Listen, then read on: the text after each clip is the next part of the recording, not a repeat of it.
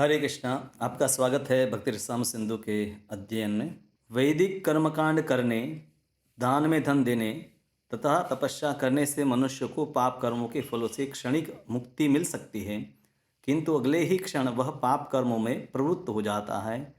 उदाहरणार्थ, अत्यधिक विषयी जीवन बिताने के कारण रतीज रोग से पीड़ित मनुष्य को चिकित्सा कराते समय दारुण पीड़ा सहनी पड़ती है और उस समय वह अच्छा हो जाता है, परंतु अपने हृदय से कामिच्छा दूर न कर पाने के कारण वह पुनः उसी कर्म में प्रवृत्त होता है और उसी रोग का शिकार हो जाता है। अतः ये चिकित्सा द्वारा ऐसे रतिज रोग के कष्ट से क्षणिक आराम मिल सकता है, किंतु जब तक उसे यह समझने की शिक्षा नहीं दी जाती है कि विषय जीवन निंदनीय है, तब तक उसे ऐसे बार बार होने वाले कष्ट से नहीं बचाया जा सकता। उदाहरण के साथ प्रभुपाद जी बताते हैं कि वैदिक कर्मकांड, दान, तपस्या इत्यादि व्यक्ति को पाप कर्मों के फलों से मुक्ति देते हैं कुछ समय के लिए, पर समूल जो पाप करने की इच्छा है उससे मुक्त नहीं कर सकते हैं। जैसे कोई भी रोग पीड़ित व्यक्ति है, रोग दूर हो जाता है तो हम देखते हैं कुछ दिनों के बाद वापस है वो कुछ भी खा लेता है या किसी का कार्य करता है, तो फिर वापस उनको रोग हो जाता है, फिर वापस ट्रीटमेंट लेता है। तो ऐसा बार बार होता रहता है। जब तक व्यक्ति अपनी आदत को न सुधारे, सही खाना सही व्यवहार न करे, तो रोग होने की पूरी संभावना है।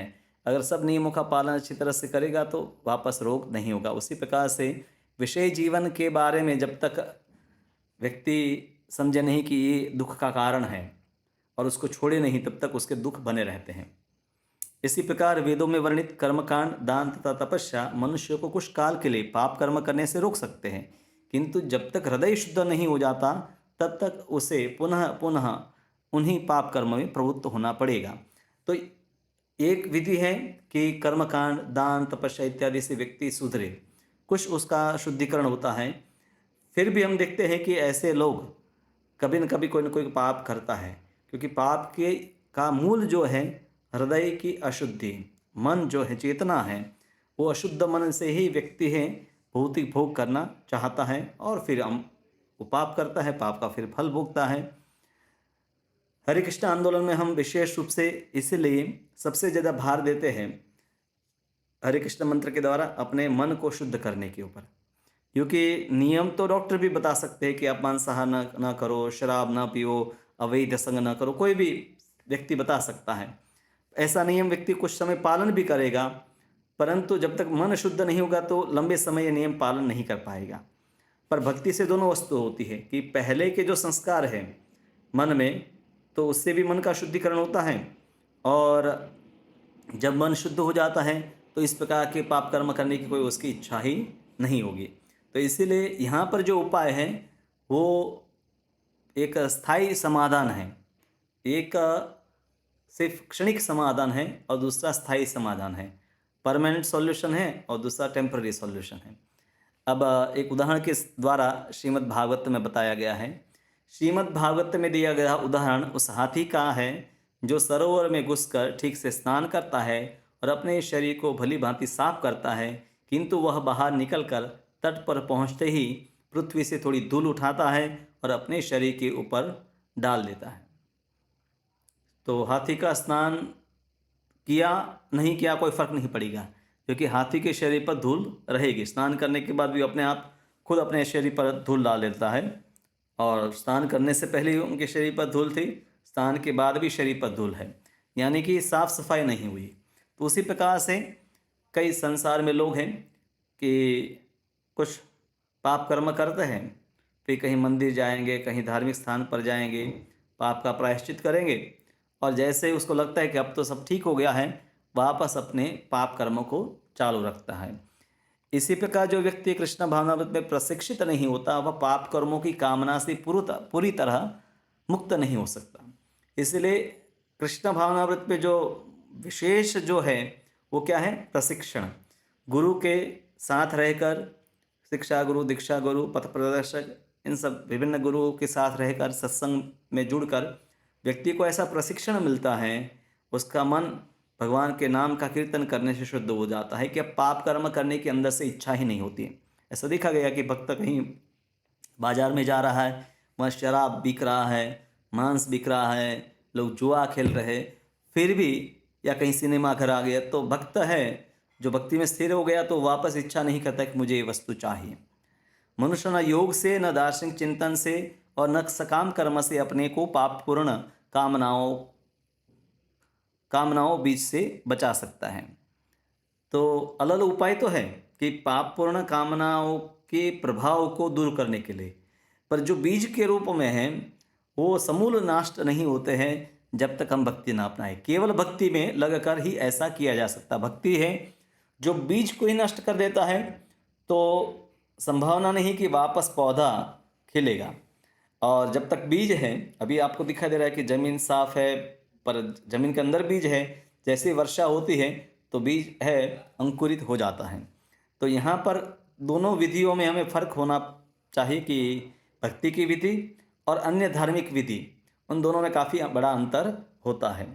अब श्रीमद् भागवतम में इसका एक कारण भी बताया गया है क्यों हम इसको छोड़ नहीं पाते हैं।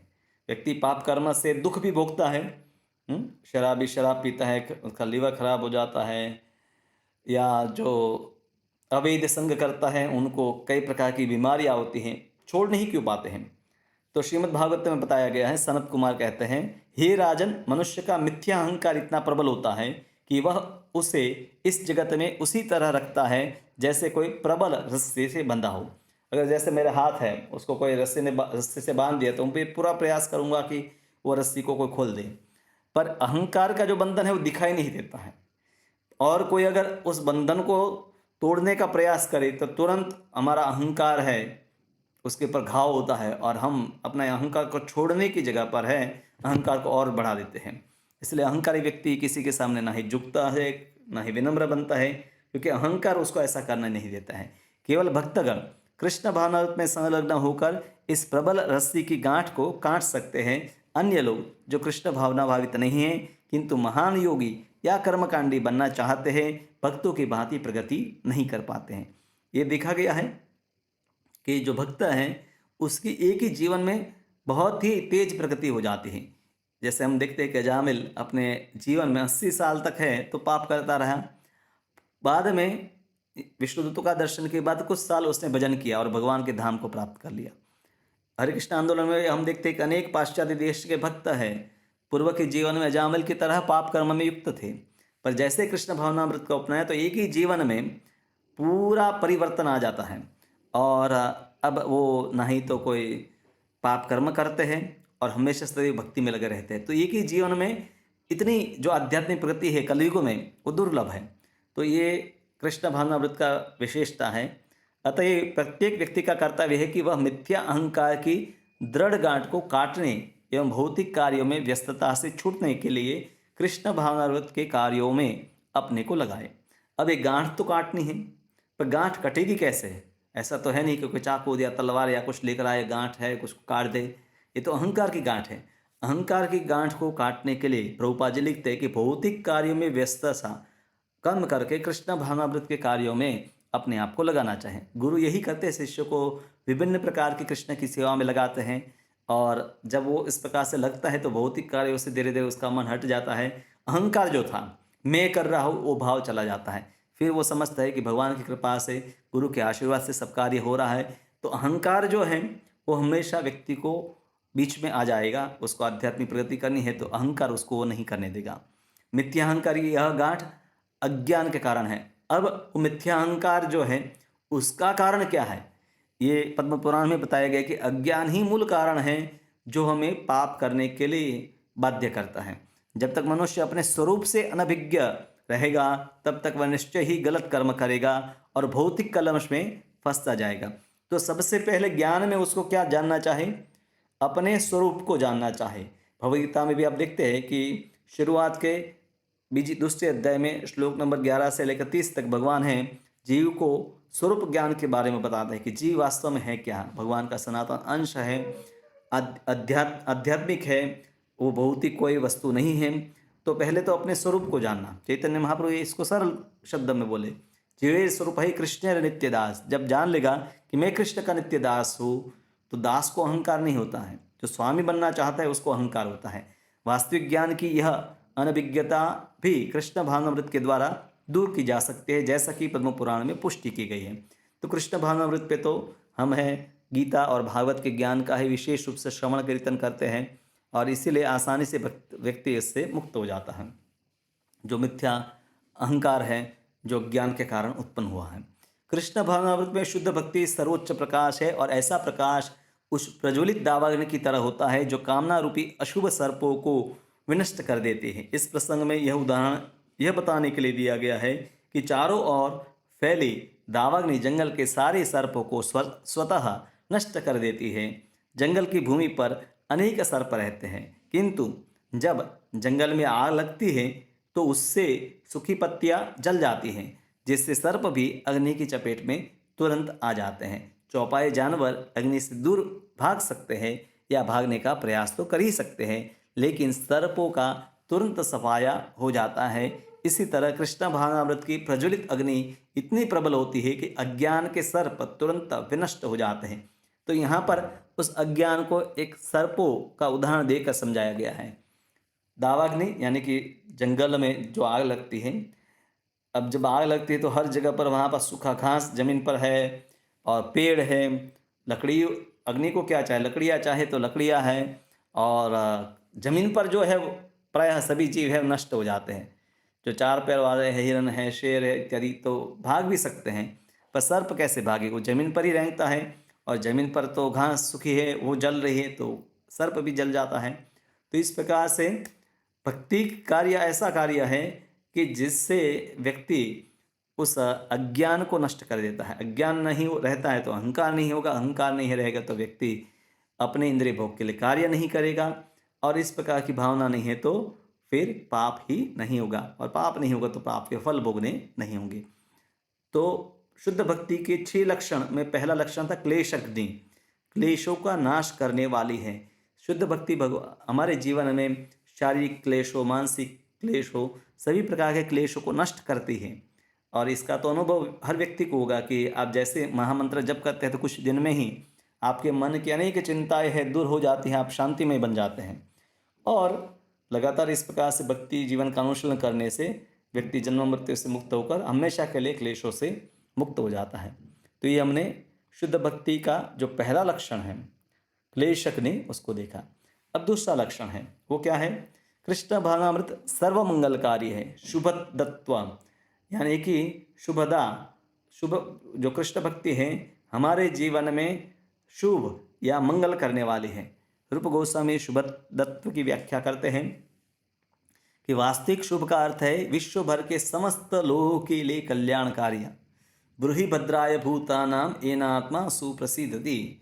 हम देखते हैं श्रीमद् भागवतम में शौनक आदि मुनि हैं, सुत गोस्वामी को प्रश्न करते हैं कि आप हमें कुछ ऐसा बताइए कि जिससे सभी जीवों का, मनुष्य नहीं, प्राणी नहीं, पक्षी नहीं, सभी जीवों का कल्याण हो। तो एक भगवत भक्त है, विश्व भर का कल्याण करना चाहता है, और भक्ति भी विश्व भर में सभी जीवों का कल्याण करती है, इसलिए उनको शुभदा कहते हैं, सर्वमंगलकारी कहते हैं। इस समय लोगों के समूह समाज, जाति या राष्ट्र के रूप में कल्याण के कार्यों में लगे हुए हैं। दुनिया में बहुत सारे एनजीओ लाखों की संख्या में जो किसी देश, किसी जाति, किसी विशेष वर्ग का कल्याण करने में लगे हैं। ऐसी संस्थाएं हैं जो पूरे विश्व में काम करती है। यहाँ तक कि विश्व सहायता कार्य के लिए संयुक्त राष्ट्र द्वारा भी प्रयास हो रहा है, किंतु सीमित राष्ट्रीय कार्यों के दोषों के कारण सारे विश्व के लिए ऐसे सामूहिक कल्याण कार्यक्रम व्यावहारिक रूप में संभव नहीं है, क्योंकि ऐसे सामुदायिक जो प्रयास है संयुक्त राष्ट्र उसको चलाने वाले जो देश हैं तो वो भी पक्षपाती होते हैं कि किसका कल्याण करना है, किसका कल्याण नहीं करना है। किंतु कृष्ण भावना आंदोलन इतना उत्तम है कि यह संपूर्ण मानव जाति को सर्वोच्च लाभ पहुंचा सकता है। इस आंदोलन के प्रति प्रत्येक व्यक्ति आकर्षित हो सकता है और उसके फल को चख सकता है, क्योंकि कृष्ण सर्व आकर्षक है, क्योंकि कृष्ण सर्व आकर्षक है और इसलिए कृष्ण भावनामृत आंदोलन भी सर्व आकर्षक है।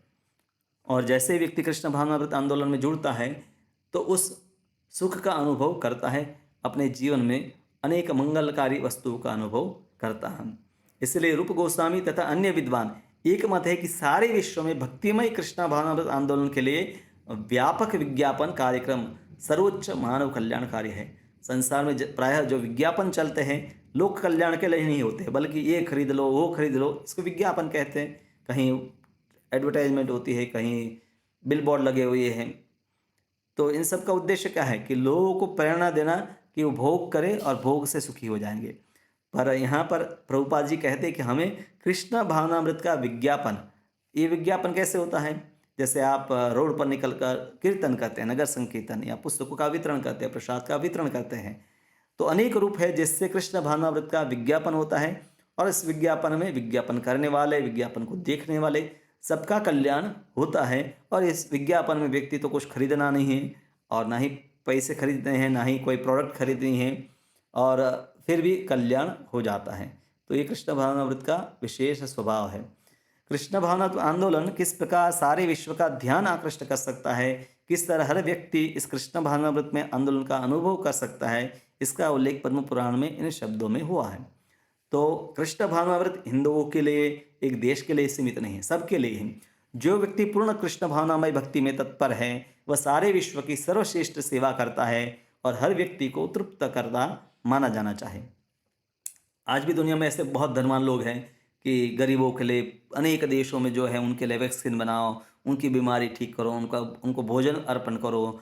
परंतु वास्तव में कृष्ण भक्त श्रील प्रभुपाद हम देखते हैं कि पूरे विश्व में गए, हजारों हजारों लोगों को है कृष्ण भक्ति में जोड़े और उन सबका उससे कल्याण हुआ।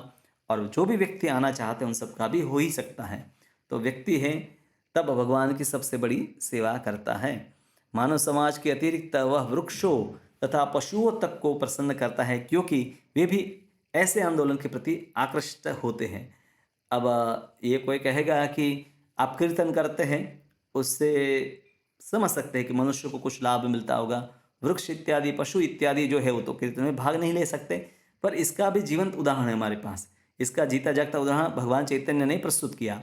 जब वे अपने संकीर्तन आंदोलन का प्रचार करने के लिए मध्य भारत में झारखंड के जंगलों से होकर यात्रा कर रहे थे, तब बाघ, हाथी, हिरन तथा अन्य जंगली जानवर उनके साथ हो लिए और अपनी अपनी विधि से नाच नाच कर तथा हरे कृष्ण कीर्तन करके उसमें भाग ले रहे थे। बाघ और हिरन जन्मजात स्वभाव से ही शत्रु हैं, पर दोनों ने कीर्तन किया, क्योंकि दोनों हैं आत्माभाव में आगे, तो समझ गए कि हम कृष्ण के सेवक हैं। तो ये आंदोलन के ऐसे प्रमाण हैं कि जो दुश्मन है उसको भी मित्र बना सकता है। आज के समय में युद्ध चलता है रशिया और यूक्रेन के बीच में, पर हमारे मंदिर में रशिया के भी भक्त हैं, यूक्रेन के भी भक्त हैं। दोनों साथ में मिलकर भगवान का कीर्तन करते हैं, क्योंकि वो जानते हैं कि सभी वस्तुएं तो भगवान की संपत्ति हैं। हम मेरी संपत्ति, तुम्हारी ये संपत्ति, ऐसा करके शत्रुता रखेंगे तो इसका अंत दुख में ही होगा, कोई इससे किसी का भी कल्याण नहीं होता है। तो कृष्ण भावनामृत में है, कोई अलग पक्ष जो है तो भी कृष्ण के पक्ष में आकर एक पारिवारिक भावना बना सकता है। यह नहीं, कृष्ण भावनामृत में रत मनुष्य भक्ति कार्य करते हुए उन सभी उत्तम गुणों का विकसित कर सकता है जो सामान्यतः देवताओं में पाए जाते हैं। तो ये कृष्ण भावनामृत का और एक योगदान है कि हर व्यक्ति में सद्गुणों का विकास। श्रीमद् भागवत में सुखदेव गोस्वामी का कथन है, हे राजन, जिनकी कृष्ण में अविचल श्रद्धा है और जो हर प्रकार के द्वैत से रहित है, वे देवताओं के सारे उत्तम गुणों को विकसित कर सकते हैं। भक्त उत्तम कोटि के कृष्ण भावनामृत के कारण देवता भी उसके साथ रहने के इच्छुक होते हैं। अतः यह समझना चाहे कि उसके शरीर में देवताओं के गुण विकसित हो चुके हैं। ऐसे बहुत सारे लोग हैं, जैसे रावण विद्वान था, कोई ब्राह्मण था, परंतु उसके ये सब गुण हैं। उसका सबसे बड़ा दुर्गुण है कि वो भक्त नहीं है और वैष्णव का द्वेषी है, सीता माता का अपहरण किया। तो अनेक प्रकार की शिक्षाओं को होते हुए भी उसमें उत्तम गुण नहीं गिने जाते हैं। और कोई भक्त सुदामा जैसे ब्राह्मण हो, गरीब हो, फटे हुए कपड़े भी हैं, पर वो सर्वोत्तम गुण वाले भक्त होते हैं, क्योंकि उन्होंने भक्ति को अपनाया है। दूसरी ओर वह व्यक्ति जो कृष्ण भावना भावित नहीं होता, उसमें कोई उत्तम गुण नहीं पाया जाता है, भले ही वैश्विक दृष्टि से उच्च शिक्षा प्राप्त हो, किंतु अपने कार्य क्षेत्र में वह पशुओं से भी निकृष्ट देखा जा सकता है। ये जीवंत उदाहरण है। आज के समय में अधिकतर जो शिक्षा प्राप्त लोग हैं वो निकृष्ट जीवन जी रहे हैं। कोई कितना ही उच्च शिक्षा प्राप्त क्यों ना हो, किंतु यदि वह मानसिक कार्यों के क्षेत्र से ऊपर नहीं उठ पाता, तो वह निश्चित समझो कि वह भौतिक कार्य ही कर सकता है और इस तरह अशुद्ध बना रहता है। क्योंकि शिक्षा का उद्देश्य होना चाहे कि चेतना में उन्नति। आध्यात्मिक शिक्षा जो है, वैदिक शिक्षा है, उसका उद्देश्य था आध्यात्मिक उन्नति, और भौतिक शिक्षा हमें भौतिक चेतना में भी नीचे से नीचे ले जाती है। आध्यात्मिक चेतना तो समाप्त हो जाती है। आधुनिक संसार में ऐसे अनेक लोग हैं जो भौतिकतावादी विश्वविद्यालयों से उच्च शिक्षा प्राप्त किए हैं, किंतु देखा जाता है कि वे कृष्ण भावनामृत आंदोलन को अंगीकार नहीं कर सकते, जिससे उनमें देवताओं के उच्च गुण विकसित नहीं हो पाते। यहाँ पर उपाधि एक उदाहरण देते हैं। उदाहरणार्थ, कोई कृष्ण भावना भावित बालक भले ही वह किसी विश्वविद्यालय से उच्च शिक्षा प्राप्त न किए हो, अवैध विषय जीवन, द्रुत क्रीड़ा, मांसाहार तथा मद्यपान का तुरंत परित्याग कर सकता है। परंतु जो कृष्ण भावना भावित नहीं है, वे अत्यधिक शिक्षित होने पर भी प्राय शराबी, मांस भक्षक, कामुक तथा जुआरी होते हैं। वे कतिपय व्यावहारिक प्रमाण हैं जो यह बताते हैं कि कृष्ण भावना भावित व्यक्ति किस तरह उत्तम गुणों से परिपूर्ण होता है, जबकि कृष्ण भावनामृत से विहीन व्यक्ति ऐसा नहीं हो सकता। हमारा अनुभव है कि कृष्ण भावना भावित नवयुवक तक सिनेमा, रात्रि क्लब, नग्न नृत्य प्रदर्शन, रेस्तरां, मदिरालय आदि से अनासक्त रहता है। वह पूर्णतया मुक्त हो जाता है। वह धूम्रपान करने, शराब पीने, नाटक तथा नृत्य आदि देखने में अपने अमूल्य समय को व्यर्थ नहीं जाने देता। ये उस उदाहरण तो आप इस्कॉन में ही अनेक भक्तों में देख सकते हैं कि इस प्रभुपाद के अनेक शिष्य है, विश्वविद्यालय भी नहीं गए, परंतु जैसे भक्ति में आए तो वो सब नियमों को पालन करने लगे, पाप कर्मों को बिल्कुल छोड़ दिया। पर हम देखते हैं कि बड़े अच्छे पढ़े लिखे लोग भी, इवन डॉक्टर्स भी है, शराब पी रहे हैं, मांस खा रहे हैं और जुआ खेल रहे हैं। तो वर्तमान की जो शिक्षा है व्यक्ति को है चरित्रवान नहीं बनाती हैं।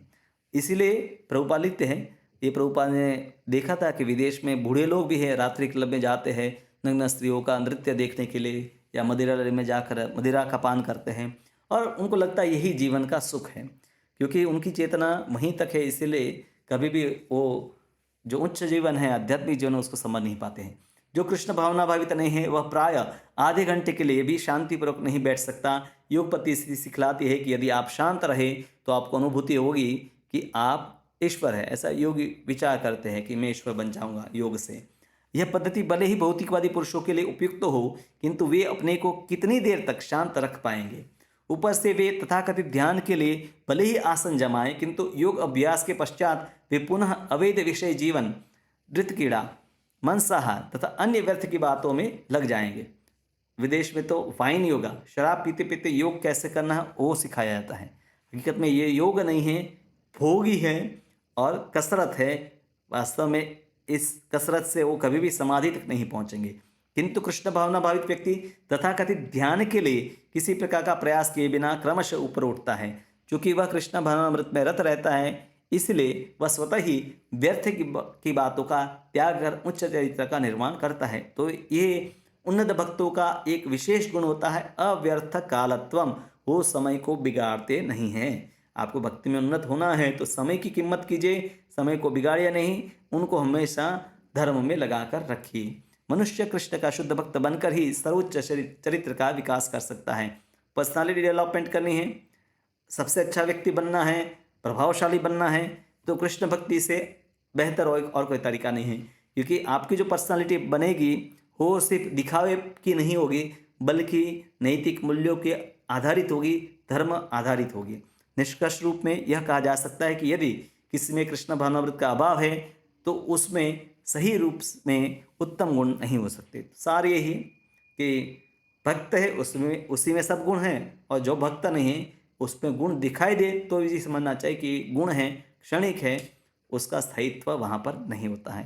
तो इस प्रकार भक्ति का दूसरा लक्षण बताइए शुभदा, कि भगवान की भक्ति जो है मंगलकारी है, जीवन में शुभ लाने वाली है। तो इसलिए हमें श्रद्धापूर्वक भगवान की भक्ति को करना चाहे, विशेष रूप से उसको हरे कृष्ण मंत्र के द्वारा। हरे कृष्ण कृष्ण कृष्ण हरे हरे, हरे राम राम राम हरे हरे।